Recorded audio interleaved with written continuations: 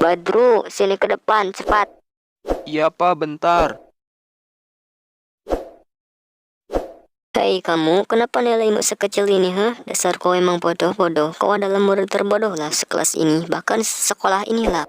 Kalau gak percaya, lihat hasil ulanganmu. Lihat nilaimu nol lah.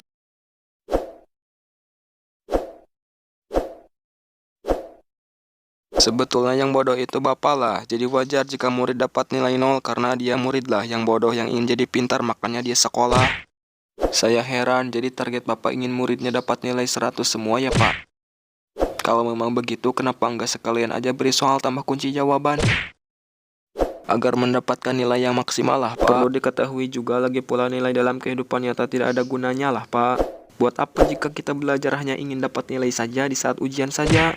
Maksud Bapak, enggak gitu juga lah, Bray. Intinya, sekolah menerapkan apa yang kita inginkan harus sebanding dengan perjuangan yang kita lakukan. Jika kamu ingin dapat nilai yang besar, kamu harus rajin belajar, supaya kamu bisa menjadi orang pintar dan sukses di masa depan. Aduh, ini orang kagak paham-paham sih. Tapi nyatanya nggak gitu juga loh, Bray. Pak, di Indonesia sudah banyak orang yang pintar, tapi yang patut kita lestarikan adalah orang yang jujur. Karena banyak orang pintar yang sukses tapi tersesat oleh kepintarannya.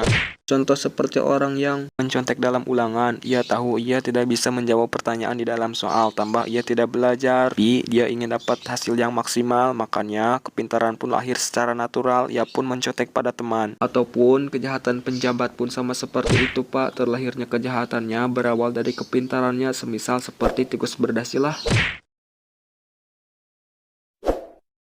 Pak, punten pami WC teh palih mananya?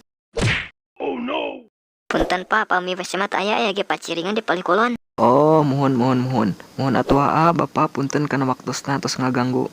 Mangga dilanjut deui. Lagi pula di Indonesia banyak sekali sekolah baik itu swasta maupun negeri, tapi kenapa ya sekolah seperti inilah dijadikan bisnis yang harus berbayar? Iyalah, kan punya perut. Intinya, kepintaran dan kesuksesan tidak terjamin oleh sekolah, apalagi nilai baik itu di dalam ulangan ataupun ijazah. Dalam kehidupan nyatanya, jika kita ingin sukses, cukup punya orang dalam saja di suatu perusahaan yang dapat mengalahkan semua orang dari berbagai kalangan, baik itu yang pandai maupun yang pintar. Faktanya banyak orang pintar di sekolah yang lulus tapi belum bisa terjamin dalam segi pekerjaan karena dipicu dari sulitnya lapang pekerjaan, ditambah dengan adanya persyaratan tertentu di suatu perusahaan. Loh, kenapa bisa? Karena kurangnya lapangan pekerjaan di sini kebanyakan. Percuma disensor tapi pakai subtitle. Tapi aku kan gak nyebut, salah karena mereka yang baca. Makanya kamu harus jadi orang pintar agar seperti kayak Bapak sudah jadi guru, koruplah semua uang SPP.